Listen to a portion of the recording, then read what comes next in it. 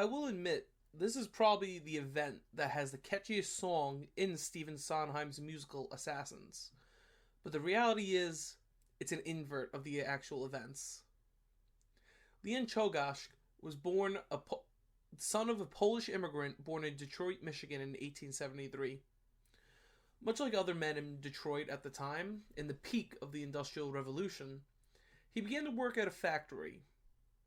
Now again, unionization did not really take place yet, and with the economic panic of 1893, Czolgosz lost his job, and with it, mostly everything.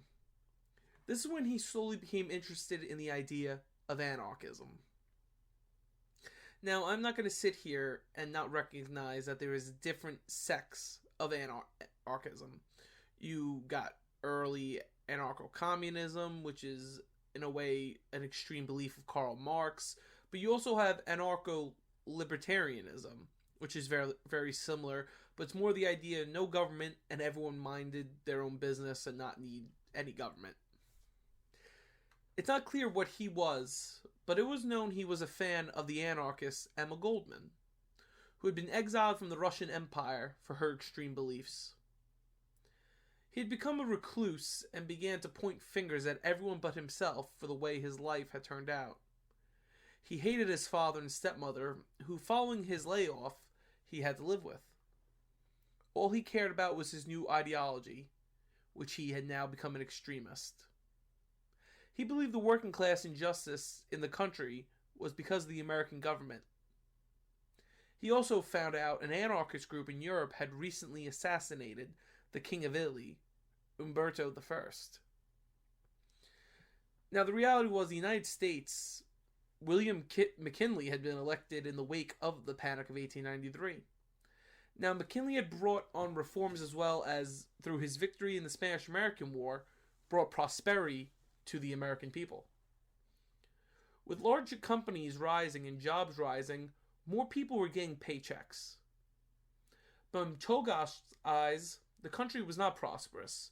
The rich were prosperous, and McKinley was a plant of the rich bosses, which wasn't completely incorrect, as he was backed by men like Andrew Carnegie, John Rockefeller, the Vanderbilts, and J.P. Morgan.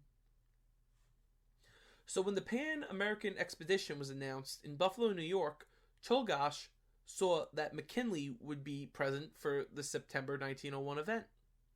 So on September 3rd, 1901, he made the decision that the man he viewed as the symbol of injustice had to die. McKinley had a very strict schedule. For one, he had to go to Cleveland, where the Grand Army of the Republic was meeting.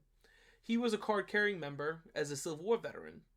But also, he was set to give a speech in Buffalo on the 5th of September, and then he was set to meet the public on the 6th of September at the Temple of Music at the Exposition. Czolgosz had gotten his hands on a .32 caliber Iver Johnson revolver, and had been carrying it in his pocket throughout the fair. On the 5th, he had found his way extremely close to the podium McKinley would speak from. Now, he later would admit he wanted to shoot him, but for one, was not confident in his ability to hit McKinley from a distance. Also, he was surrounded by a crowd who were pushing each other, trying to get near the president.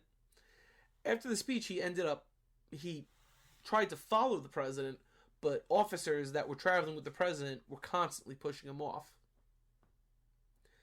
He was then convinced he would not be able to get a shot at McKinley. He left the fair very soon after. Now, McKinley's aide, George B. Cordeloy, was very concerned at the prospect of an attempted assassination. Like I said earlier, the king of Italy had recently been murdered by anarchists. Tsar Alexander II, one of the most powerful men in the world, had been killed by an anarchist bombing in Russia. So, Cordeloy was very concerned and knew that at all places the president would be most vulnerable at the Temple of Music on September 6th. There was no quick escape route, and thousands of people would be walking by. He in fact attempted to cancel the president's visit, and McKinley's wife, Ida, actually agreed to the idea. But McKinley refused. In his eyes, the country was so prosperous and national morale was so high that there was no reason to fear any attempts on his life. Czolgosz saw the president was still scheduled to appear at the Temple of Music on the 6th, so he woke up extremely early so he could get in line to meet the president. McKinley then arrived in his best, got a drink, and entered the hall where he began to meet and talk to the public. The day continued well. Even a young girl asked the president for the red carnation McKinley always wore, which the president happily handed over to her. Then a man came forward. His one hand clenched, which concerned a security agent nearby, as it was the rule that when you meet the president, you need to have open hands, so the nearby security could see what you were carrying. The man shook McKinley's hand with no incident, and the guard slightly stood down. Next came a man with his right hand wrapped in a handkerchief, appearing to be wounded, so McKinley using his left hand, not wanting to harm the seemingly wounded man. At 4:07, the two men shook hands and 2 shots rang out in the Temple of Music. The president slumped forward in pain, meanwhile as an African-American man named James Parker tackled the gunman. Czolgosz had hidden the gun under the handkerchief and then fired the shots during his embrace with McKinley. 2 more men tackled him with Parker, while McKinley was caught by Corloy. He looked at him saying, "Be careful how you tell my wife. I am fine."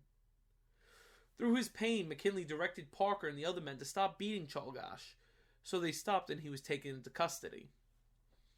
Quickly, McKinley was rushed to the Exposition Hospital. While in transit to the hospital, he reached into his coat. He pulled out a bullet saying, "I believe this is a bullet." McKinley had been shot twice. The first grazed him, being deflected off a button. The other bullet had lodged itself in his abdomen. Now, once arriving at the hospital, there was difficulty finding someone to perform the surgery, but they quickly found a surgeon. Now, the removal was a success, but there was something forgotten. When a person is shot, it's not enough to remove the bullet. You need to clean and do something called drainage. Drainage is the process of cleaning the wound, which from the time the person is shot to the moment the bullet is removed, you are most vulnerable to disease and bacteria. The most common is gangrene, skin-eating bacteria. It rots your skin from the onset. But to everyone, including Vice President Roosevelt, who had arrived, were content that the surgeon said the president would survive. Roosevelt was furious that Czolgosz would only get 10 years in prison for attempted murder, as that was the maximum sentence for attempted murder in New York at the time. But a few days passed while the president was recovering. He seemed to be getting worse. No one understood why. On September 13th, specialists were rushed in to find out what was going on, but no one could figure out what was wrong. At this point, McKinley knew he was going to die. On September 14th, McKinley quietly began to sing the hymn, "Nearer, My God, to Me," to himself. He would then die at 2:15 a.m. at the Milburn residence in Buffalo, New York. What had happened was the wound was not properly cleaned or drained. It had become gangrenous and had been poisoning his blood for the week following the surgery. Vice President Roosevelt returned to Buffalo and was officially sworn in as the 26th President of the United States. Czolgosz, much like Guiteau's charges, now changed to murder. President Roosevelt wanted to be sure Czolgosz was made an example of the price of anarchy, and he was put on trial in Erie County on September 23rd, 1901. He actually pleaded guilty to the crime, but the judge changed it to a not guilty plea. Lauren L. Lewis, a former judge, was made Czolgosz's public defender, and he tried to plead that the man was clearly insane. But the jury found the man perfectly sane and aware of what he was doing and why he was doing it. The jury deliberated for 24 minutes and found him guilty on all charges. The judge then announced that on October 29th, 1901, Leon F. Czolgosz would be executed by way of electrocution. Being from a Roman Catholic family of Polish immigrants, his brother and brother-in-law tried to convince him to sit with two priests, who then begged him to repent for his crime so he could be forgiven in death. He refused to, stating that he had done no wrong. His father refused to visit him in prison, which deeply hurt Czolgosz, but his father did write him a letter saying he had to pay the price for his actions. On October 29th, 1901, early in the morning, he was awoken and transported to the execution chamber. It had become clear at this point not only did he have no remorse, but he also did not want to live anymore. In his eyes, he had done all he needed to do. He was placed into the electric chair. The New York State electrician, aka the executioner, then asked, "Do you have any last words?" Czolgosz then began to speak. "I killed the president because he was the enemy of the good people, the good working people. I am not sorry for my crime. I am sorry I could not see my father." Then the state electrician pulled the switch and 1,800 volts would go into Czolgosz's body.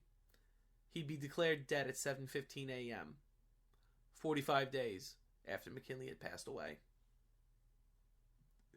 Instead of burying him, the prison warden instructed sulfuric acid dumped into his coffin, which disintegrated his body in 12 hours, and his clothes were burned, part of the national policy to dissuade anarchism.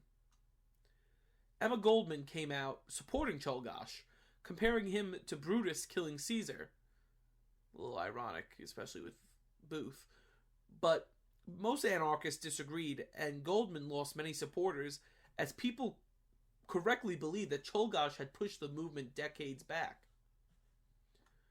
One of the largest effects the assassination had was in 1906. The United States Congress elevated the duties of a department in the Treasury Department to protect the president and their family. The Secret Service would be established as the president's private guard, which continues to this day. McKinley would be the last president to lose his life to an assassin until 1963, which is a conversation for tomorrow. Thanks for joining, friends. Please like, share, and comment. Believe me, I know this is a very controversial subject, but they are history. I know there is an interest in learning about the events, what caused them and everything. And if you look at a lot of these events, it is always mental instability around the individuals who committed these acts.